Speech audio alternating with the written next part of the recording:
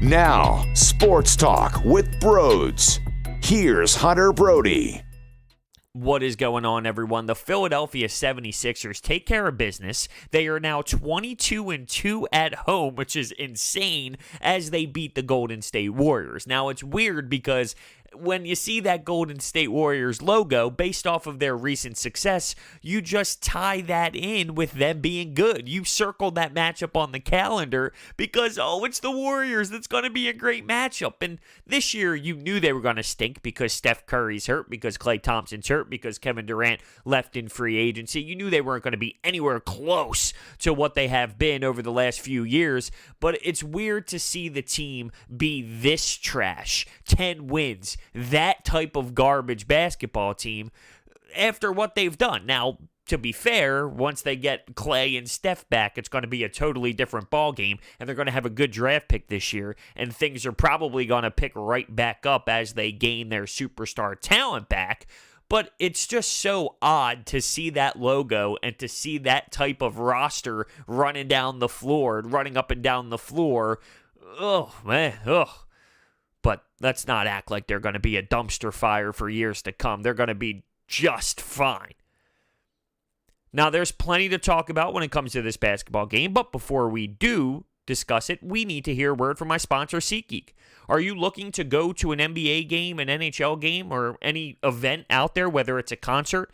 If you use the promo code BROADS at SeatGeek's checkout page, you will receive $20 off of your total purchase. It's a no-brainer. Use the promo code BROADS today.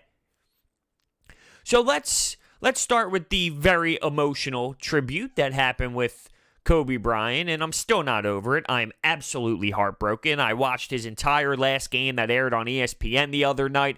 The final 2 minutes, I started crying my eyes out, tears flowing down my face once again. I couldn't stop it. Then they showed the clip of Vanessa blowing him a kiss on the court, and he winks and smiles back, and it's just it's gut-wrenching. You hear all the stories about the players in the league now looking up to him. You hear Dwayne Wade, you hear Shaquille O'Neal, you see LeBron's Instagram post. I can't believe it hit me as hard as it did. Can't stop crying. And I can't even think about sports, really. I mean, the Australian Open is on, and I'm trying to watch it, but I can't get it out of my mind. Even this basketball game. I can't get it out of my mind. Now, they do a beautiful tribute before the game. The 33 seconds of silence. The 9 bell rings for everybody who lost their life in that accident, in the tragedy. Having his jersey number on the court. Having his jersey on the court as well. I had the goosebumps. I literally had the chills. In the 8-second violation when the game starts. Then the 24 shot clock violation from the other squad. It's crushing. There's no other way to put it than crushing. And it's not going to be easy to get over. It changed everybody's life. Not just sports, not just NBA, but it is a huge, huge story around the world because this guy affected so many others. And I think it has to do with his mentality. It's the Mamba mentality for a reason, but it's not just related to sports. His mindset, knowing that he could do anything if he put his mind to it, knowing that if he was willing to dedicate his body and his soul to whatever he wanted to do, anybody can relate to that in their respected field. And he was on his way to do that outside of basketball. It's crushing. It's crushing. Let's talk about the game a little bit, and we'll start with Joel Embiid because he made a return. He was rocking number 24 as well. Now, he made phone calls to make sure he can wear 24 because it is retired for the Sixers, and it's I'm okay with it, absolutely. It's a one-time thing. It's all out of respect, no doubt about it. It's just funny because a lot of players are now switching their numbers and making sure they're not wearing 8 or 24 anymore, while Embiid says, give me number 24. Now, that's no way to say he's disrespecting Kobe or anything. I just find it funny that Embiid's like, yeah, give it to me, while everybody else is trying to switch the jerseys. But it's a one-time thing, and he scored 24 points. He's knocking down fadeaway jumpers that look like Kobe Bryant in his prime. It was just a remarkable game by Joel Embiid to finish with 24 points like that and to wear number 24. And it's the 24th home game of the season. So you tie it all together and it just gives you the chills. But as for Joel Embiid, he finished with a double-double, 24 and 10, and it looked like he was in shape. Not out of shape. Let's just go as far as that. He did not look out of shape. Running up and down the floor. He wasn't leaning over. He didn't have his hands on his knees, huffing and puffing. Okay. Now, to me, as a whole, the game looked like the motto was just go out there and play and let Embiid get some run, let Embiid get some minutes, give him the ball in the post, and let him feel the game out. Now, don't get me wrong. There was a very emotional tie, and even Brett Brown was talking about it before the game. I just let them do their thing early in the basketball game because it's so hard to really be in that moment. And I talked about how it affected the whole world, but it definitely hit the basketball world the hardest, and it's almost something that you can't even relate to when it comes to these people in the league and these players and coaches who have been around this guy for so long. I couldn't even imagine. If it's hitting me the way it's hitting me, I can't even imagine. So just as a whole, this game, it's a weird game as a whole emotionally. And yeah, so it's hard to put so much stock into what happened. But looking at Joel Embiid, I'm happy that he had that type of performance, even though there's no one else on the other side that's going to give him a ton of problems. I'm just looking at his feel, him getting back into rhythm, him playing the game, looking at his finger, looking at how he's grabbing the ball, looking how he's shooting the ball, and him running up and down the floor. I thought he did a good job. There was one scary moment, though, where he banged knees with someone and he started feeling it around, and I'm thinking, oh, come on, Joel, don't be doing this to me. But he's totally fine. Now, he told a story after the game when he was getting interviewed by Serena Winters, and this is just what blows my mind about Joel Embiid. He was talking about how much Kobe meant to him, and he stated, yeah, I remember watching him in 2010, and if I wasn't watching him, who knows, I would be playing something else right now, or being a doctor, right? 2010. It's 2020. Think about that. I mean, this guy has barely played the sport of basketball, and he is this good, dominating the NBA. Now, he's a huge dude with a big body frame. Absolutely, that plays a factor. It's not like someone could pick up the game and in 10 years make it to the NBA and dominate if they're 5'7", right? It doesn't work that way. But still, to think about that, he watched Kobe in 2010, and now he's dominating the league as one of the best big men in 2020. That's crazy. How is that possible? That's ridiculous. Ridiculous. But overall, I was very happy with Joel. Did he rush getting back? Did he really want to play in this game based off of everything that's going on around the NBA right now? It's possible, but with what I saw, he looks good, and I'm really surprised that it did not take him longer when I heard the news of surgery, when I heard the news he'd be reevaluated in a couple weeks, when I heard that he was allowed to practice and allowed for contact. I didn't expect him to be back this quickly, and he even had those quotes talking about how, listen, I don't care about the All-Star game. This team is the 6th seed right now. I'm worried about this backstretch. I'm worried about where this team is going to be during the end run of the season going into the playoffs, and he put it out there legitimately because you saw him be in shape and you saw him go out there and come back quickly and help this basketball team win a game. So I think there's something to be said about that he meant it. It wasn't just the talk. He wasn't just going out there giving the media what they want to hear, giving the fans what they want to hear. He meant it because he has shown us, well, listen, he's not huffing and puffing out there. He's not breathing hard. He was running up and down the floor at the speed that he normally does. Let's move on to Ben Simmons. I thought Ben had an game. He shot 4 of 11. He finished with 17 points. His stat line was 17, 5, and 4, but he did shoot 9 of 10 from the free throw line. Here's the thing. He didn't really look engaged.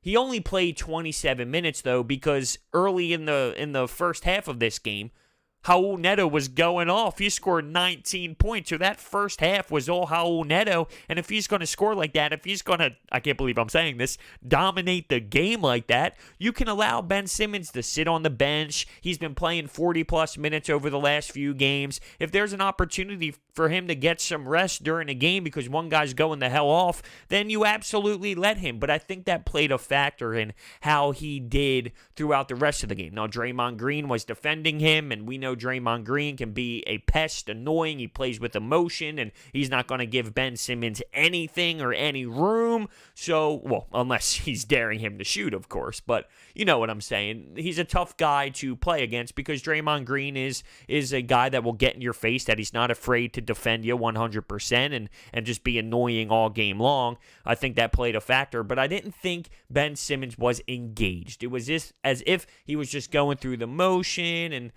that's why with Ben, it's so funny. The stat lines don't really tell the story every night. You need to watch because he can have a game where he has 17, 5, and 4, and he looks great, and he looks outstanding, and he looks dominant. But then he can have a game where it's 17, 5, and 4, and it's, he didn't really look engaged. It was as if he was passing the ball a lot more than normal, and he didn't have that screw you attitude. I'm going to go to the basket. He lost his aggressiveness, and I'm going to be honest with you. I know what's coming. Well, that's because Joel Embiid was in the post. No. That's because Ben Simmons didn't have the mentality of, I'm going to be aggressive. If Ben Simmons has the mentality of, I'm going to be aggressive, with Joel Embiid on the floor, he will have a dominating game. That's how it works. He just didn't have that mentality in this basketball game. And it could have something to do with not playing a lot in the first half. I think he finished with 9 minutes in the first half, and he's not used to that at all. And then when he came in during the second, it was, all right, he scored some points and whatnot, and he had some dunks, but it wasn't as if it was one of those games where I'm mesmerized by Ben Simmons. I give Joel Embiid the nod for an outstanding game. I give Raul Neto a nod over Ben Simmons. And it's funny because when I look at Al Horford, he didn't shoot very well either. He shot very similar to Ben Simmons. And he finished with 12 points, 11 rebounds, and 8 assists. And I think he stood out more to me than Ben Simmons did. 8 assists for the big man, almost a triple-double. That's what you want to see out of someone like Al Horford. But that just shows you how sometimes stats can totally not tell the story, if you will. And, that's just what it was. So Zhaire Smith was back in the lineup as well after spraining his ankle. And he's changing his number because he was rocking number 8 because of Kobe Bryant. But he will now change his number, I believe, to number 5. It just wasn't ready for this game, so he didn't rock it in this one. But I thought Zhaire Smith showed some athleticism at times, and so did Shake Milton. So Shake Milton got in the starting lineup over Matisse Thybulle.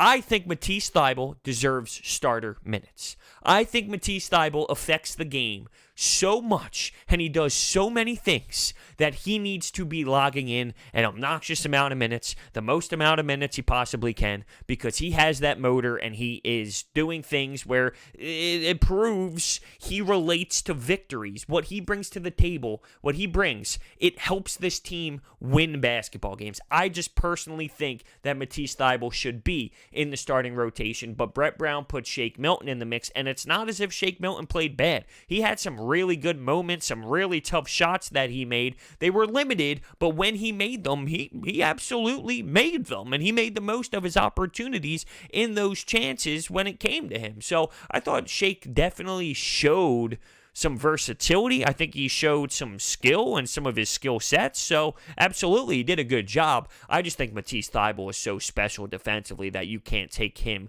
out of the rotation, out of the starting rotation. But it's not as if in this basketball game it was a problem, because I thought Shake played strong. Tobias did his thing, and Tobias had his Kobe shoes on and talking about how Kobe inspired him. Early morning wake-ups to go out there and play basketball, to really work on his craft, and he looked up to him. And a lot of players did that. One story I heard that Jay Williams told was how when they were in the NBA, Jay Williams went to the basketball court and said, I'm going to get my shots up. I'm going to make 400 shots before the game because we were playing the Lakers. And he looks over and there's Kobe. And Kobe's working his ass off, sweating, doing legitimate moves. Not just shooting around, not just lazily shooting the basketball and putting up shots. He was putting up shots as if it was in an NBA game, in crunch time, making moves, giving it everything he had. And then after the game, Jay Williams goes up and goes, Kobe, what were you doing pregame? Kobe said, I saw you. I saw you watching me. Think about that. I mean, his brain was wired so differently in a good way when it comes to the competitive nature and the competitive beast. It's so hard not to tie this basketball game with Kobe Bryant because of all the emotions tied to it. It's just so hard to even process. It really is. It's stunning. Let's look at D'Angelo Russell because that's been a discussion from some of those Ben Simmons haters. Trade Ben Simmons for D'Angelo Russell. And of course, in this game, I think D'Angelo Russell scored more points than Ben Simmons. Not I think, I know. I thought D'Angelo Russell played a better game than Ben Simmons in this one, but that still doesn't mean a damn thing. He scored, what did he finish with? 28 points, shot 12 threes, hit 6 of them, 10 of 22. So it took 22 shots to get his 28 points. That's great. But that doesn't touch Ben Simmons' ceiling. D'Angelo Russell's ceiling will never touch Ben Simmons and his ceiling. But in this game, sure. D'Angelo Russell might have had more points and to the eye looked better than Ben Simmons in this specific basketball game.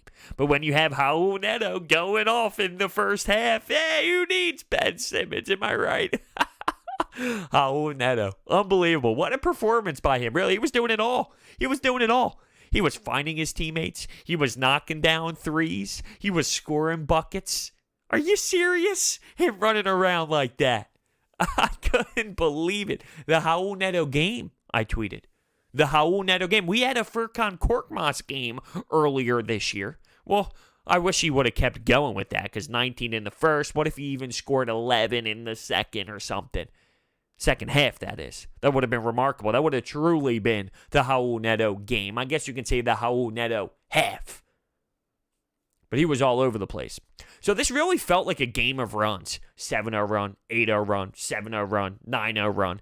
The Warriors held in there, but I was never concerned that the Sixers would lose the game. They ultimately found a way to extend their lead and run away with it. They obviously have way more talent, and on their home floor, they are dogs, right? They just are. They're flat-out dogs on their home floor. I would have never imagined them really losing this game, and it never felt like they would. Even when the Warriors made a little run, this is the NBA. No matter how garbage you are, there will be a little run from your opponent, and the Sixers were just fine. There's no reason to really nitpick this to an extreme.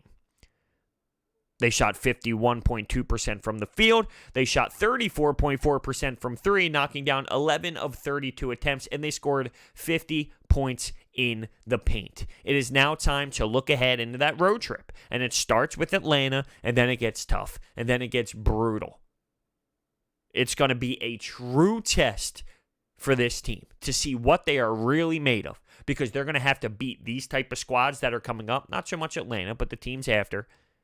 They're going to have to beat them on the road in the playoffs. I hope they don't overlook Atlanta, knowing what's coming up with Boston, Miami, Milwaukee.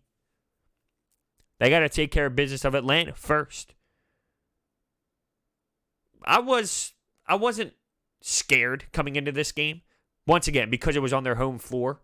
But knowing that they just beat the Lakers and seeing it's this 10-win team coming to town, I didn't know if they would maybe not show up or not feel like playing. And to be fair, I think there was a little bit of that in there. Don't get me wrong. I didn't think they played great, but they did enough to win. And based off of everything that occurred and all of the news and all of the pain and every way all these players are feeling, it's hard to put stock into it as if this is what the team is. It's so raw right now, and it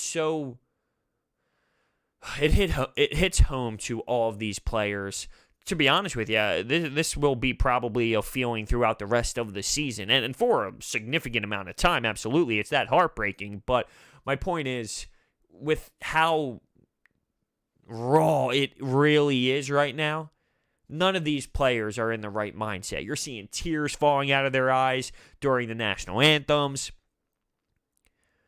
It's a lot. It's a lot. So no one's truly in the right mindset, and they shouldn't be, because he meant a lot to the sports world and to the basketball world. And as I stated, to the world as a whole, but specifically these players in the league that knew him and knew him very closely. So with that being said, I want to hear your thoughts on this basketball game. Hit that thumbs up button and subscribe, and I will see you next time.